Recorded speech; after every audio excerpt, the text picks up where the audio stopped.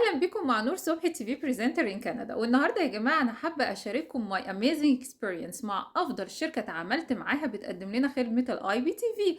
طبعا كلنا دايما بنعاني في كندا وفي أمريكا وفي دول كتير جدا إن في شركات بتقدم لنا الخدمة ديت وبأسعار خيالية أوقات، ولكن للأسف بتلاقي الإرسال بايظ طول الوقت وبتلاقي الخدمة سيئة للغاية. ولكن مع شركة جالاكسي تي في بصراحة أنا آخر 4 سنين عمري ما لقيت أي technical problem، لأن technical support 24 hours معاك. تعالوا معايا ناخد لفة في الابليكيشن بتاعهم ونشوف هم بيقدموا لنا ايه. احنا دلوقتي هناخد لفة صغيرة في الابليكيشن بتاعهم.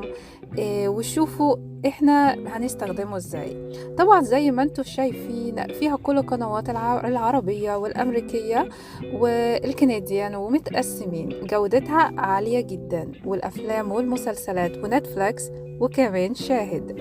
هدفها هي محاربة استغلال الشركات الحكومية اللي بتجبر المستخدمين على دفع مبالغ عالية جدا هم أصلا في غنى عنها.